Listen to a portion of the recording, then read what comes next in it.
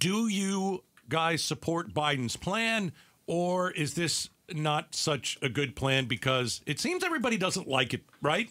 I don't think so. I mean, I think it's a step in the right direction. I would probably feel more comfortable about it if he reinstituted the Remain in Mexico policy. However, look, it's better to poke in the eye with a sharp stick. I think it's a move in the right direction. Okay. I disagree. Definitely. It's just a political movement, because this election, it does not solve anything.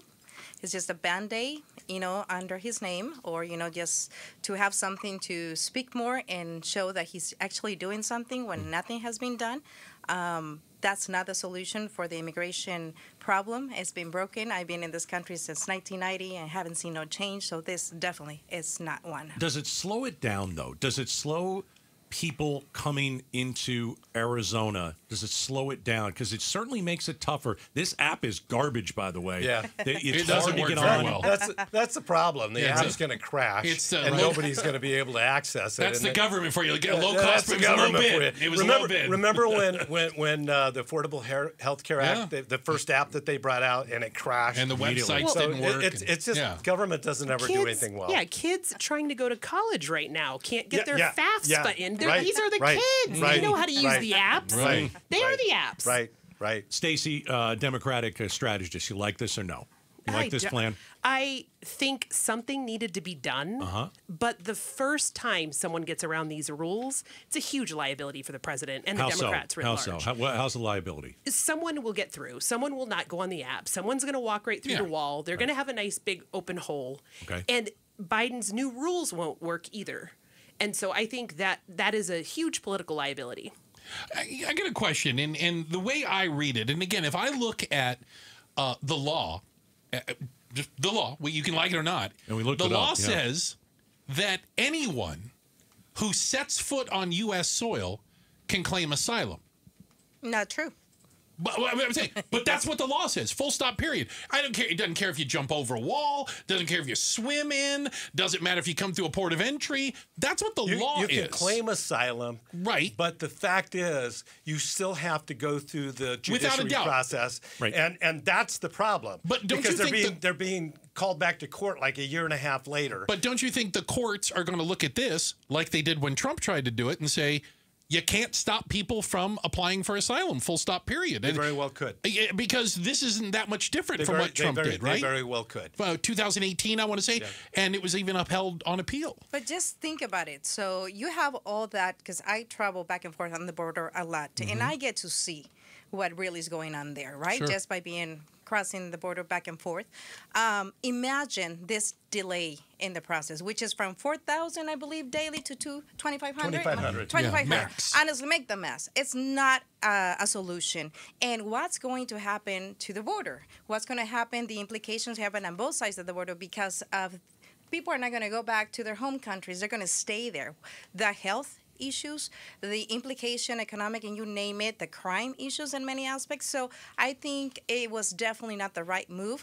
Maybe something needs to be done. It's been years, decades that I've been waiting for something to get done, but definitely this is not the solution. And I 1,000% agree with you that it's a political, Absolutely. election. It's an Sure. election. Of course it is. But honestly, everything that we're talking about today is exactly the same. Yeah. Everything we're talking about today, from what the state legislature did to when we get to that, these are all driven by politics. It's all driven by, I've been there. Yes, you have. Done that. Yes, you have. And I know that this time of year is when we call them the messaging bills. The messaging. I covered that for 20 years, so I know. Yeah. And still, 30 years into it, it's the same rhetoric.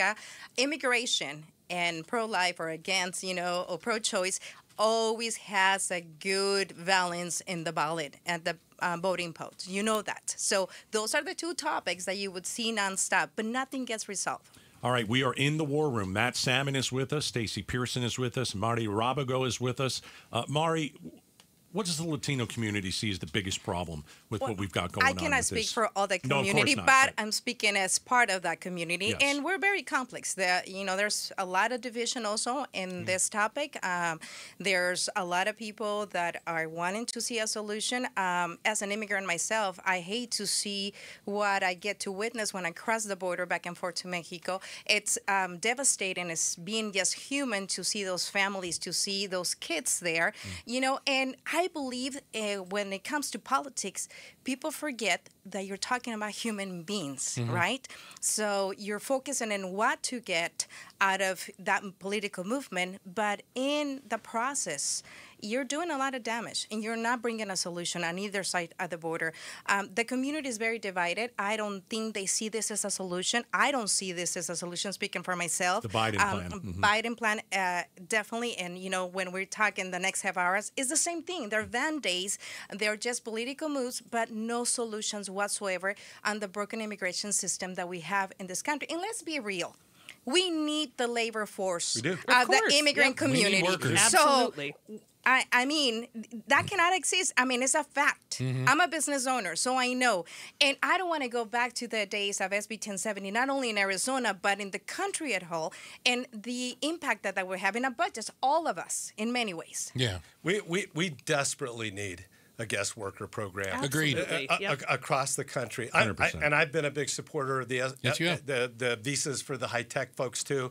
The fact is, and I've said this before, that we ought to treat it more like the NBA treats basketball players. If they're from, South Africa or, Ukraine or wherever they're from, as long as they can shoot three-pointers or drive the bucket, we don't care where they're from. Come on in. Bring skills. We want the best, the brightest and the best. And the sad thing is, having been there in the belly of the beast, there are clearly the votes on the floor to pass a comprehensive immigration reform bill with a guest worker program and a DREAM Act. There are clearly the votes in both bodies to get it done. And the sad thing is, it's politics on both sides. I'm telling you, because there were times when I was there, we had the votes, and the Democrats didn't want us to get credit for passing it too. Sure. So it's been, and it's frustrating. So Stacey, Decades are the same, and I'm sorry if I jump on this, but that is not the solution. Yes, a guest worker program would be great for the extra labor that we need, but what about the millions of people that have businesses here, that are providing jobs here, and they're undocumented still because there's not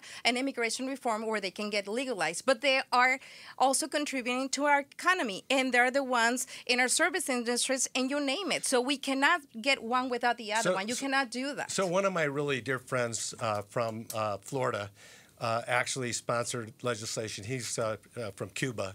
And he sponsored legislation that basically said, and it included those folks as well, the small business owners, but it said that as long as you are paying taxes and you're not applying for welfare and you're not committing any crimes, you can stay.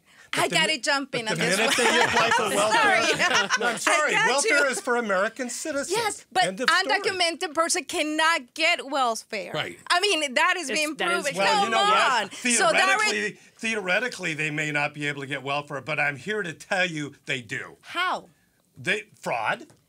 Well, is it over and over we and can, over We can again. argue about this topic and fraud on both sides. Yeah, in the general market. Those were all American citizens committing Medicaid fraud to the tune of hundreds of millions, right? Look, there's plenty of fraud to go around. And the PPP loans that were done during the COVID was incredible Saving fraud imaginary going on. jobs. Yeah, Yep. no, look, there's enough fraud going on at the federal level that you can shake a stick at. But I am telling you, there are people who are not legal citizens that are getting benefits. Okay. Thanks for watching Outspoken with Bruce and Gatos. Tap to watch more from KTAR News and click the button in the middle to subscribe.